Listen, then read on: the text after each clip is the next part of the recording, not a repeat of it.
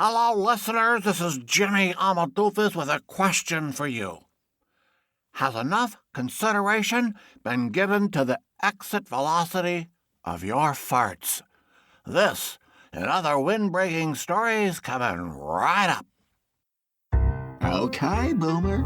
Okay, Boomer. Okay, Boomer. Okay, Boomer. Okay, Boomer. Hey, you found OK Boomer, a podcast that interviews people with interesting tales from their hobbies or vocations. However, and when I say we, I mean myself and my co-host, Jimmy Amadufus, who asked you that question, will today sport a regular feature of OK Boomer we call Potpourri. Boomer, I call it Potpourri. Yes, you do, Jimmy.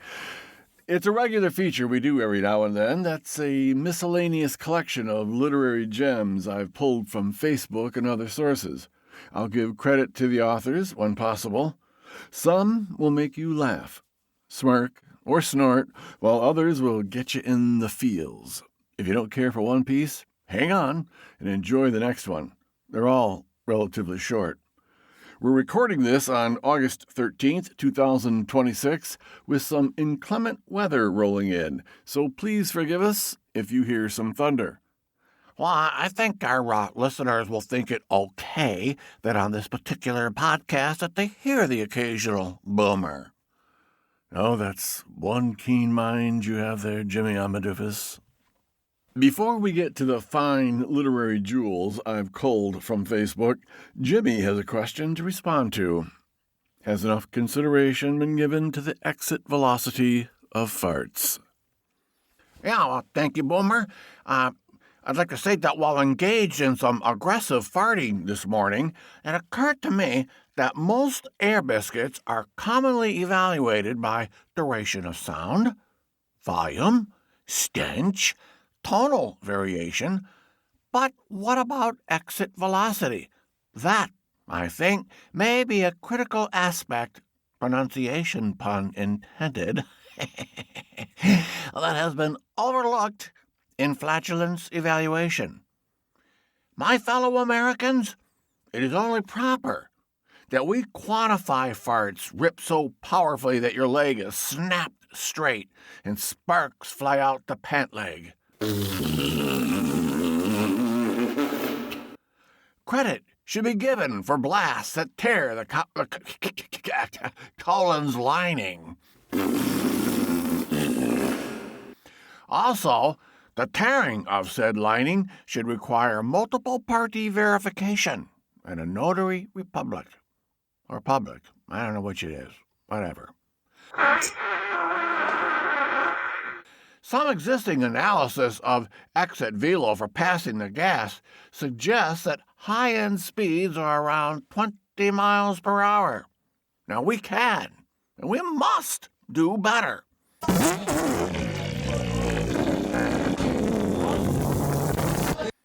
I am starting a sphincter strengthening regimen today. I am determined to make the Guinness Book of World Records or rip 'em, believe it or not.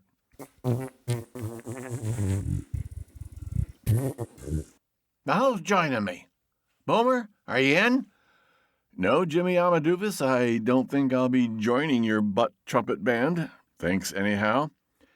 Oh, I suppose you're too refined to be engaged in such activity. Now, Jimmy, let's not raise a stink about it. You mean like this?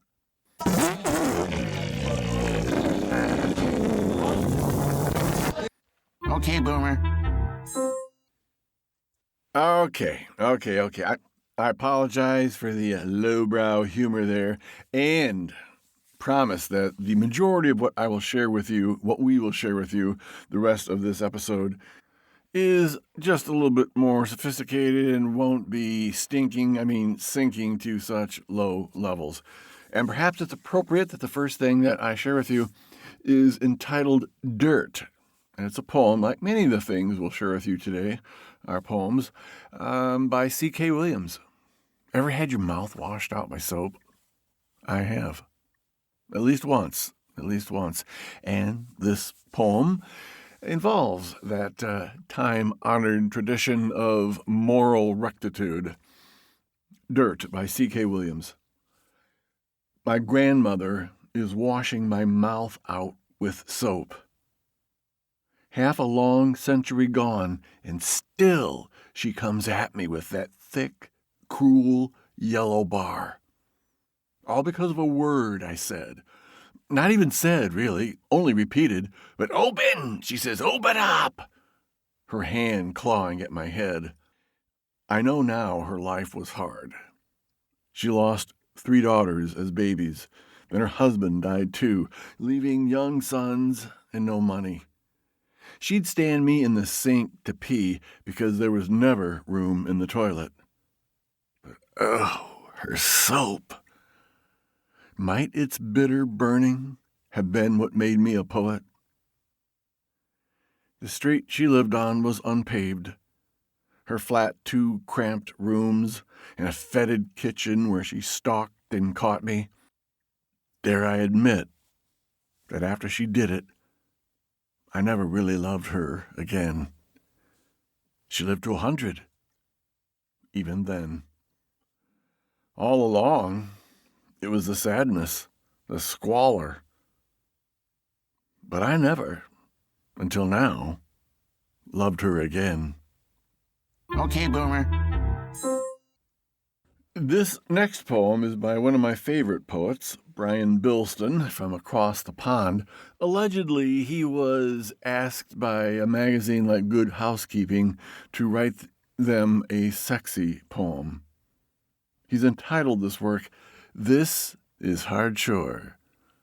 Scrub me, buff me, get down on all fours, fill me, stack me, rummage through my drawers, rinse me, spin me, tumble dry my mind, press me, fold me, drape me on your line, grout me, scour me, make my fittings gleam, bleach me, teach me, squirt your Mr. Sheen. Pump me, fill my tank with fuel, dust me, suck me with your crevice tool, sift me, sort me, crush me with your weight, stuff me, tie me, put me out by 8. Okay, Boomer. We're going to go back a ways here with an American poet named Edna St. Vincent Millay, who has written a poem entitled, Love is Not All. Love is not all. It is not meat nor drink, nor slumber, nor a roof against the rain, nor yet a floating spar to men that sink and rise, and sink and rise, and sink again. Love cannot fill the thickened lung with breath, nor clean the blood, nor set the fractured bone. Yet many a man is making friends with death even as I speak, for lack of love alone. It well may be that in a difficult hour, pinned down by need and moaning for release, or nagged by want past resolution's power, I might be driven to sell your love for peace, or trade the memory of this night for food. It may well be. I do not think I would. Okay, Boomer. At various points in this episode, I will be sharing with you tweets that I have gleaned from Eric Zorn's The Picayune Sentinel, which is a publication you could find on Substack. That's Eric Zorn. It's E-R-I-C. Zorn is spelled Z-O-R-N. And it's his Substack publication is entitled The Picayune Sentinel. It's well worth subscribing to for free, partly because you get these cool tweets that I'm about to share with you. And Jimmy's going to help. 40 years ago today, I asked my childhood sweetheart, my best friend, and the most gorgeous woman I know to marry me. All 3 said no. Okay, Boomer. You know you're over 50 when you have upstairs ibuprofen and downstairs ibuprofen. Okay, Boomer. The guy who stole my diary has died. My thoughts are with his family. Okay, Boomer. Dial-up internet sounded like you were summoning demons just to check your email.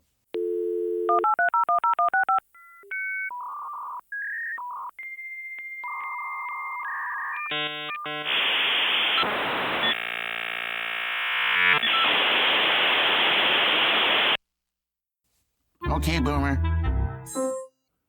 An apple a day, if well aimed, keeps the doctor away. Okay, Boomer. Ever notice how many towns are named after their water towers? Okay, Boomer. Pro tip: if you can smell yourself a little, other people can smell you a lot. Okay, Boomer. This is a poem entitled Make Do that I do not have an author's name for. I apologize.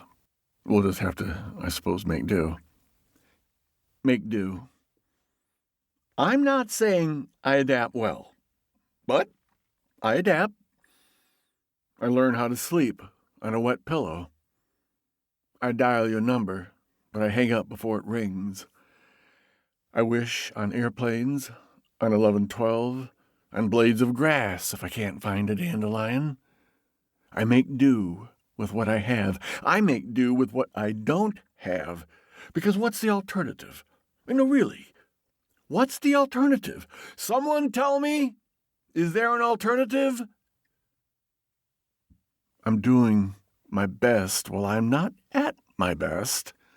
And I am proud of every day that I wake up and make do in a world that you're not in. Okay, Boomer. This next bit is a juxtaposition. Meep, meep, meep, meep. Word of the week alert. Word of the week alert. Meep, meep, meep, meep. It's a juxtaposition between the years 1978 and 2026. I will have the 1978 phrases. Jimmy will share with you the 2026 phrase that corresponds to it. Long hair. Longing for hair. 8 tracks. Cataracts. Kegs. EKGs. Same word, same letters, different words. Streaking. Leaking. Acid rock. Acid reflux. Seeds and stems. Fiber. Staying alive, staying alive. Because that's the song. Yeah, well, I got the staying alive, that's the goal.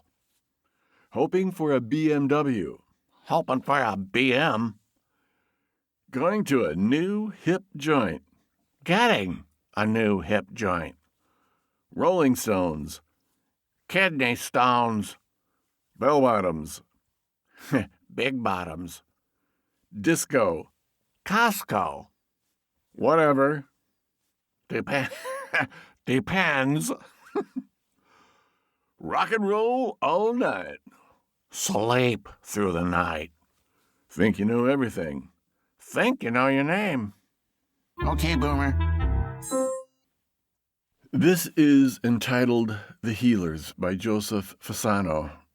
And while I read this, you can easily envision this taking place in Ukraine, in Iraq, in other countries that are war-torn. The healers. You can hear them moving among the ruins, hear them by their silence in the noisy crowds.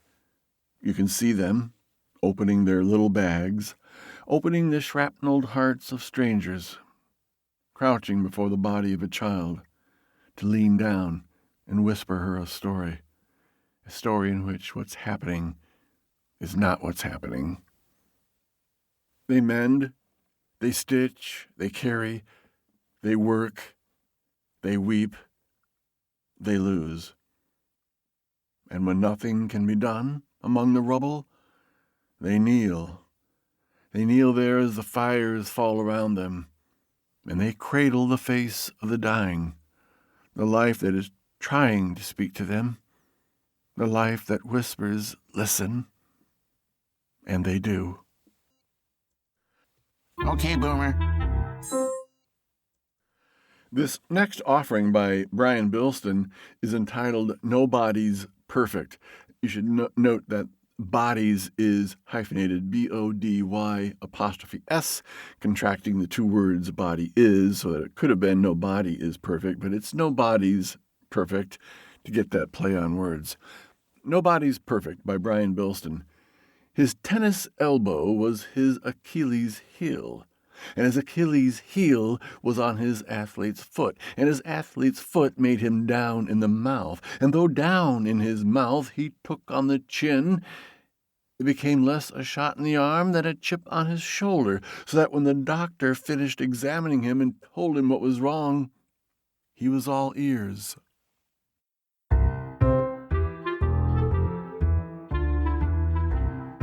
Hey, let's take this opportunity right here to hear from our sponsors, okay? Brief message coming up. Around P-Town,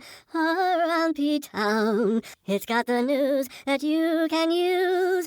Around P-Town.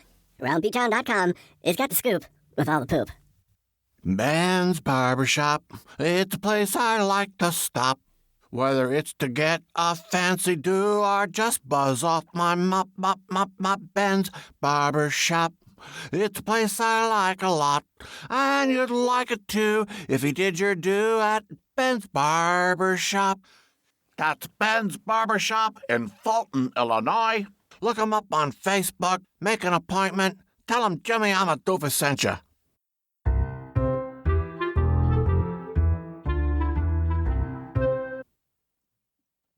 A poet, author that I've recently run across on Facebook and am enamored by is named Justin Hatchett. That's Hatchet with two T's at the end. Good stuff. Check him out if you get an opportunity. This poem is entitled Tomorrow Has Bad Ideas. I'm excited for the future, like a kid with a pocket full of loose change and no plan except to see what the world will let me break. I don't need it to be easy. I need it to be real. I want late nights, stupid risks, deep love, and mornings that will make the scars worth keeping. I've survived too much to be afraid of what's next. Bring it on tomorrow. I'm already in love with the chaos we haven't made yet. Okay, Boomer. Here's some more tweets. I was writing in a funeral book. He owed me $50. No rush. Okay, Boomer. Give a man a fish and he'll eat for a day. Teach a man to fish and he'll be holding one in his profile pictures. Okay, Boomer. I love canceling plans. It's like making plans, but better. Okay, Boomer. Whenever someone is using a laptop on the subway, I can't tell if they're amazing or horrendous at time management, but it's definitely one of the two. Okay, Boomer. The enemy of my enemy is actually still very annoying. Okay, Boomer. Me. I think that if I unsubscribe, I should stop getting the emails. My boss. This is your work account? Okay, Boomer. How many optometrists does it take to change a light bulb? 1 or 2? 1 or 2? Okay, Boomer. Here's another poem from Edna St. Vincent Millay, who rocked our world from 1882 to 1950. It's entitled Fatal Interview with some Roman numerals XLV11. Sorry, I don't know what the L stands for. Well, I have lost you, and lost you fairly, in my own way and with my full consent. Say what you will, kings in a tumbrel rarely went to their deaths more proud than this one went. Some nights of apprehension and hot weeping, I will confess, but that's permitted me. Day dried my eyes. I was not one for keeping rubbed in a cage, a wing that would be free. If I had loved you less, or played you slyly, I might have held you for a summer more. But at the cost of words I value highly, and no such summer as the one before. Should I outlive this anguish, and men do, I shall have only good to say of you. Okay, Boomer. Some poems just tickle you, and this one by Brian Bilston tickles a very modern, contemporary theme. It's entitled Add to Basket. Browse eggs, click on egg, add to basket. Buy one egg, get one free? Add to basket. Buy 5 more eggs to qualify for free delivery? Okay, add to basket. Are there other recommended eggs based on your browsing history? Add to basket. Customers who bought this egg also bought these eggs. Oh, add to basket. Here are some other eggs you might like to consider. Add to basket. What other eggs do customers buy after viewing this egg? Oh, add to basket. Avoid putting all your eggs in one basket with our new range of baskets.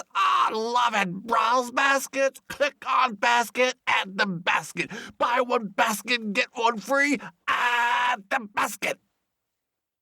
Okay, Boomer. This poem, too, has a contemporary theme. It's entitled The Diameter of a Bomb. It is by Yehuda Amichai. I hope I'm pronouncing that correctly. Translated from the Hebrew by Yehuda Amichai and Ted Hughes. The diameter of the bomb. The diameter of the bomb was 30 centimeters, and the diameter of its effective range about 7 meters. And in it, 4 dead and 11 wounded. And around them, in a greater circle of pain and time, are scattered 2 hospitals and 1 cemetery. But the young woman who was buried where she came from over 100 kilometers away enlarges the circle greatly.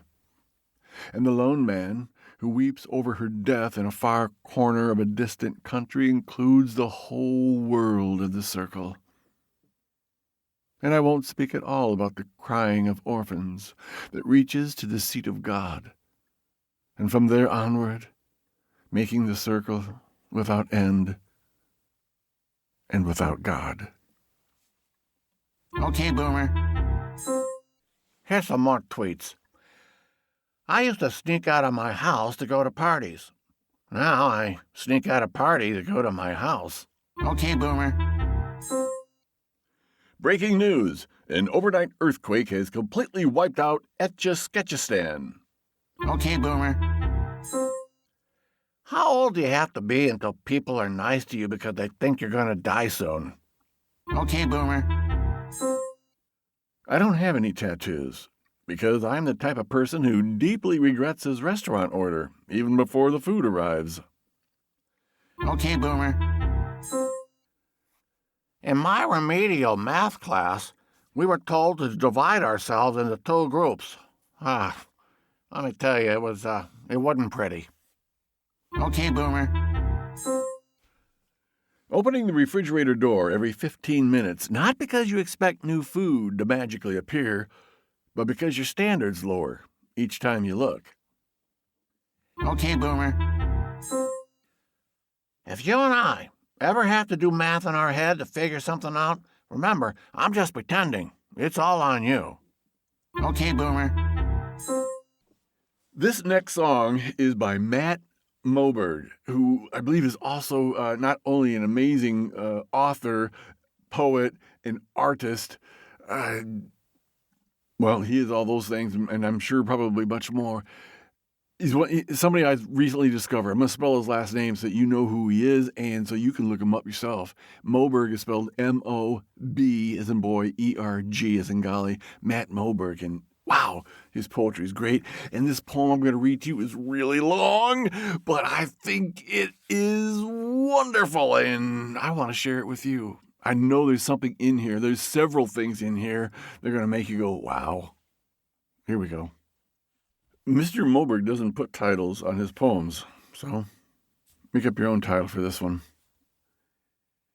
I think every human being eventually has a moment where they're standing outside in sweatpants that have lost the will to be pants, holding a trash bag, a divorce, a parking ticket, or some other receipt from the universe that says, surprise, this too is part of it.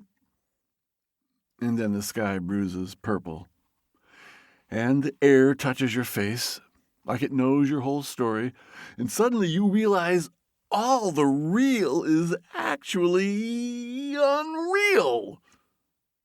The dirt, the breath, the weird little bones in your hands, the fact that we are here on a floating rock with pollen counts, paying bills, missing dead people, loving living people who say, leaving now, while still fully naked and looking for socks. And still, the moon clocks in. No applause. No benefits, no note from management saying, great work being ancient and luminous again. Just the moon. Working nights, like a single mother with no applause, packing silver lunches for every dark thing that still has to rise. Tell me that isn't holy. Tell me there's a better word than sacred for the way the light keeps returning, with no guarantee we will actually stop and take note. I know people who believe in therapy, probiotics, tarot, 12-step meetings, manifestation journals, and waiting exactly 11 minutes before texting back so they do not appear emotionally available even though their whole nervous system is standing in the driveway holding flowers. And underneath all of it, every ritual, every doctrine, every smoothie with chia seeds, the prayer is the same. Please let me be loved. Please let me be forgiven. Please let this strange little life mean something before my lower back submits its formal resignation. What is going on? For real, though. What is this place? This unbearable tenderness of being alive long enough to watch steam lift from coffee in winter like a soul practicing leaving. To see your friend laugh so hard they slap the table as if joy is a mosquito they are trying to kill. To hear a child say Pischetti, and for one shining second realize language has finally been improved.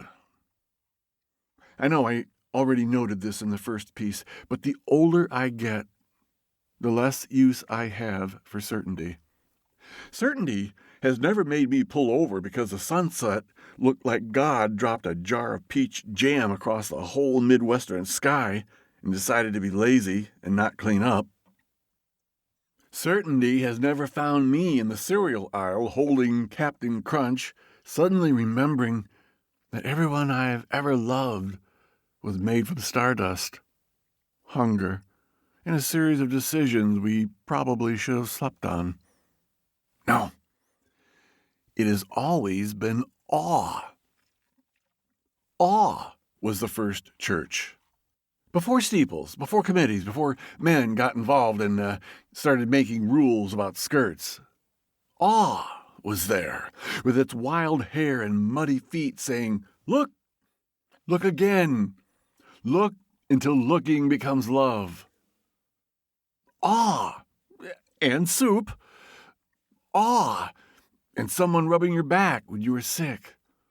Awe and old couples at Target arguing gently about avocados, as if marriage is not one vow, but 10,000 errands performed beside the person who knows exactly how you like the cart pushed.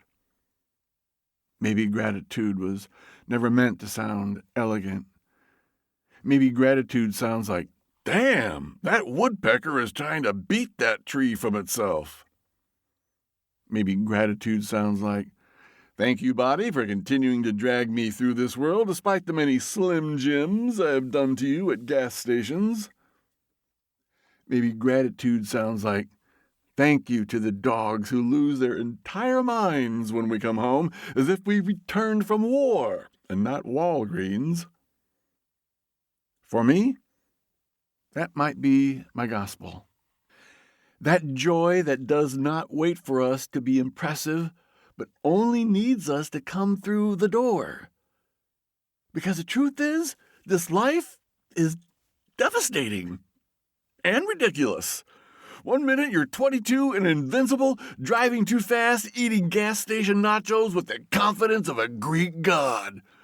The next minute you're Googling, can sneezing cause a hamstring injury? And the answer is, apparently, welcome to the second half of your life.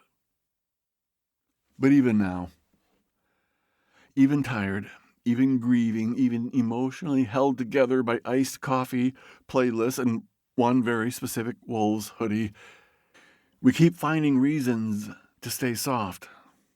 We plant tomatoes even though grief is real. We bake bread even though the news is on fire.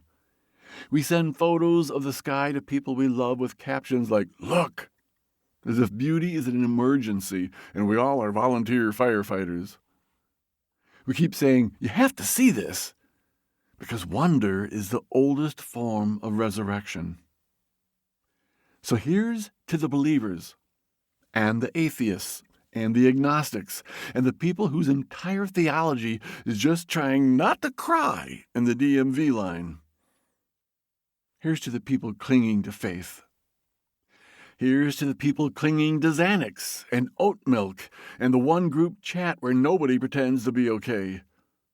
Here's to the tender-hearted weirdos, the accidental mystics, the ones who can contemplate mortality for 6 straight hours and then become emotionally attached to a perfect peach. The ones who know despair has a mouth, but so does laughter. May we never stop being drop-kicked by beauty in the middle of a Sunday afternoon. May we never become so polished that we forget how to stand in the Starbucks line of existence with our dumb, gorgeous hearts open, feeling the enormity of it all rattle around in our bones like thunder, looking for somewhere to laugh. And may we remember, whatever else this is, whatever mess, whatever miracle, whatever cosmic group project no one was prepped for, all of it is astonishing. That we are here, that we have loved enough to be ruined, that the moon keeps showing up, that bread exists. So pass it on. Tear off a piece with your bare hands. Take it in as you take it down. And then go outside and look at that moon. Okay, Boomer. I hope you like that. I know I did. I enjoy reading them. I enjoy feeling them, thinking about those pieces I shared with you, laughing about them, enjoying the laughter. And but I'd like to know your reactions to them, about whether or not you want me to continue with these potpourris, because I think I might deliver another one next month before I get back to doing some interviews that I do have lined up, but they're just not going to be ready for next month. Yeah, Boomer would love to hear from you. You could respond to the email address there coming up here in a moment that I'll share with you, and or respond to the emails that he sends out to so many of you. And if you're not on his email list, well, then doggone it, respond to the email address I give you here in a couple of minutes, and he'll get you on that email list, right? Okay, and you'll be able to find out about some of the things he's working on as an author. He's got a couple more books in the works coming up here. You can get updates, details, sneak previews, such and so forth, by being on that email list. So shoot him a email with your email on it, and he'll get you on that list, and you'll be in the know, so to speak. Okay, take care. Bye. Shut up! And kids, don't forget to be checking in with AroundPtown.com. It's got all the news that you can use. Stay hip, stay classy with AroundPtown.com. gmail.com. And for you fellas that want that hip and classy look, well, then you're going to want to get your butt to Ben's Barbershop chair. That's right, Ben's Barbershop. Look him up on Facebook.com. He's in Fulton. You make an appointment, you're going to love it. If you enjoyed listening to Boomer here, he'd appreciate it if you'd subscribe to his podcast so you'd get notifications of when the next episode's coming up. Maybe leave a rating on a review. But yeah, go ahead and subscribe. That helps the podcast grow, and it makes the little fella feel so much better. And if you had any feedback for him, go ahead and contact him at ttaudioworks@gmail.com. Again, that's ttaudioworks@gmail.com. Okay, I'll see you in the next episode. Bye-bye.